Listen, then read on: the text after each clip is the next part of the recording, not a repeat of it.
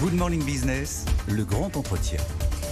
Le grand entretien ce matin à 8h18, c'est Laure de la Raudière, la présidente de l'ARCEP. Bonjour l'ARCEP. Bonjour. C'est les régulateurs des télécoms. On va parler de transition environnementale, de 6G, des GAFAM bien sûr, mais aussi du déploiement de la fibre en France. Ça a bien avancé, ça a même très bien avancé. On est à plus de 80% du territoire qui est raccordable dans le pays. Mais vous considérez qu'il faut aller jusqu'au bout, qu'il n'y a pas de raison de s'arrêter là et que parfois les opérateurs ramollissent un peu. L'objectif, c'est la généralisation de la fibre et notamment dans la perspective de réseau cuivre. Donc l'objectif, c'est bien sûr que la fibre aille desservir tous les locaux en France. Oui, ça ralentit. Alors ça, c'est pas normal finalement parce que les locaux qui restent à raccorder à la fibre sont les plus difficiles. C'est dans les zones rurales. En revanche, ce qui est pas tout à fait normal, c'est les ralentissements qu'on a vus, ou plutôt les arrêts complets dans certaines communes alors ce qu'on appelle les zones denses, c'est-à-dire dans les très grandes agglomérations ou dans les agglomérations de moyenne taille. Et là, l'ARCEP a demandé aux opérateurs de reprendre les déploiements pour les finir. Vous n'avez pas seulement demandé, vous avez aussi sanctionné Orange d'une amende record de 26 millions d'euros. Alors, la formation de sanctions de l'ARCEP a décidé effectivement de sanctionner Orange, qui n'avait pas respecté la mise en demeure effectuée par l'ARCEP, de respecter ses engagements. Orange avait pris en 2018 des engagements devant le gouvernement de raccorder 92% des locaux dans ces agglomérations moyennement denses et d'offrir la possibilité pour tous les autres locaux d'être raccordables à la demande. Et en fait, la formation de sanctions a constaté que les objectifs n'étaient pas atteints, les engagements n'étaient pas atteints et a décidé de la sanction, oui. C'est-à-dire que là, on est quand même sur un sujet pour certaines villes qui est éminemment économique dans l'attractivité du territoire et de chaque individu, de sa capacité à pouvoir être bien raccordé. C'est un sujet politique désormais. Et vous, vous dites, les élus, ils ont raison à un moment de ne pas être contents. Mais quand vous avez promis à vos habitants en disant oui, Orange va déployer la fibre d'ici 2020 ou d'ici 2022 et que 2 ans après c'est toujours pas fait, les habitants reviennent voir les élus en disant mais c'est quoi et où en est l'opérateur? Et donc bien sûr que les élus ont le droit de râler et répercuter en fait les demandes de leurs citoyens auprès de l'opérateur qui s'était engagé. Mais c'est vrai aussi des autres opérateurs. C'est pas une question d'Orange bien évidemment. C'est quand un opérateur prend des engagements de réaliser les déploiements, il doit les tenir. D'ailleurs, c'est un des rôles de l'ARCEP. L'ARCEP ne passe pas ses journées à sanctionner, mais un des rôles, c'est aussi de sanctionner les opérateurs quand les obligations ou les engagements ne sont pas tenus. Alors, Laure de la Raudière, vous mettez beaucoup de pression sur les opérateurs et c'est bon pour les consommateurs, bien évidemment. En même temps, c'est beaucoup d'investissements qui ont été réalisés au cours des dernières années par tous les opérateurs dans une situation de concurrence forte. 4 opérateurs en France, les marges se réduisent. Est-ce que ces opérateurs français, européens, vont pas finir par mourir fibrés, alors quand même dans le même temps, les GAFAM américains déversent sur notre marché 50% du trafic, c'est les Netflix et autres, et leur contribution est nulle sur le financement des réseaux. Alors, vous avez raison, c'est des investissements très lourds des opérateurs. C'est d'ailleurs un secteur d'activité qui nécessite des investissements et régulièrement. La fibre, la 5G. La fibre, la bonne nouvelle, c'est qu'il y a un taux d'abonnement aujourd'hui à la fibre de 65%. La pénétration en fait, à la fibre a été plus vite que prévu. Donc c'est plutôt bon pour les business plans des opérateurs par rapport à ce qu'ils avaient anticipé. Mais c'est vrai que c'est un business qui nécessite beaucoup d'investissements.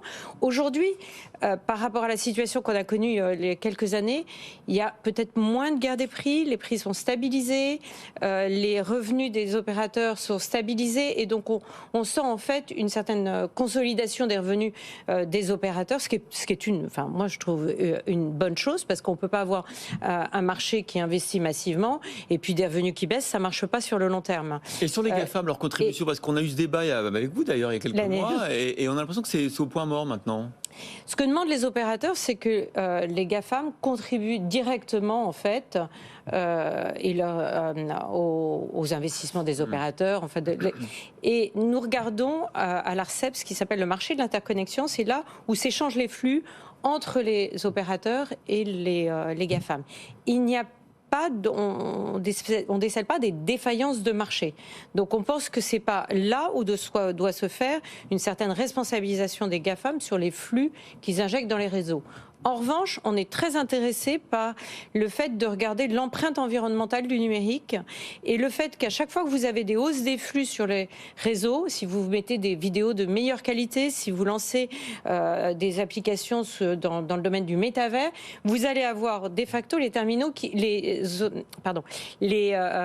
les citoyens qui vont changer de terminaux. Ouais. Et en fait, l'objectif majeur est de faire durer les terminaux le plus longtemps possible. Ils représentent 80% de l'impact. Ouais. Mais ce que j'essaye de dire, c'est que toutes les briques du numérique sont imbriquées les unes et interdépendantes.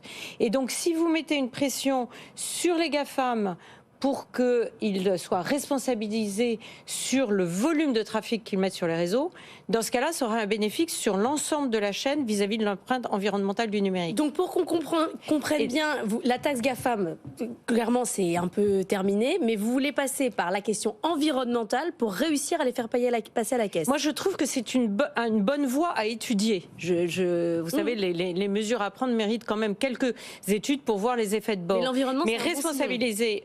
C'est un vrai signal parce que dans les études qu'on fait, si on ne fait rien face à l'accroissement des usages, d'ici 2050, l'empreinte environnementale du numérique, l'empreinte carbone, risque d'être multipliée par 3. Et la consommation d'énergie du secteur va être multipliée par 2. Donc oui, il faut faire quelque chose. Et une façon de le faire, c'est de responsabiliser en fait, l'ensemble des acteurs de la chaîne du numérique, mais aussi les GAFAM sur les flux qu'ils envoient sur le réseau. Mais vous avez renoncé à ce que l'Europe réglemente la contribution des GAFAM aux investissements? C'est pas moi, ça c'est à l'Europe de décider. Vous avez l'air d'estimer que c'est un combat perdu, puisque vous allez sur l'environnement aujourd'hui. Je dis simplement que l'échange direct d'argent entre les opérateurs et les GAFAM ne répondent pas à une analyse pertinente sur le marché de l'interconnexion. Donc c'est pas évident à faire. Et les autres pays européens n'y sont pas favorables. Donc je pense que il faut peut-être trouver d'autres pistes. Et la piste de l'empreinte environnementale est une bonne chose, me paraît beaucoup plus justifiée que celle de l'échange direct entre GAFAM et opérateurs. Et dans la piste environnementale, il y a la question des satellites. Alors ça ici, ça nous passionne parce qu'on voit à quel point le New Space se déploie, à quel point l'espace est un enjeu crucial avec des lancements qui vont se faire de plus en plus. Et la question de la gestion des satellites, la manière dont les opérateurs vont gérer leurs satellites, ça peut rentrer en compte. Ça peut rentrer en compte parce qu'en fait, dans le domaine du spatial, la multiplication du lancement des méga-constellations envoie un nombre de satellites bien supérieur au temps du géostationnaire, je dirais. Donc c'est 12 000, c'est des milliers de satellites versus 1 à l'époque. Et tout ça sans finalement normes internationales pour gérer les débris, gérer la pollution lumineuse.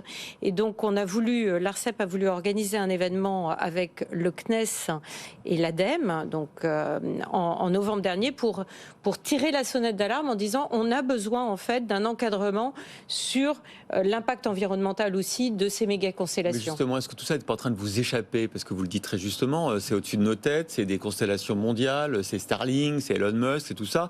Vous dites on va réguler, on veut pas que les gens chargent le smartphone trop souvent.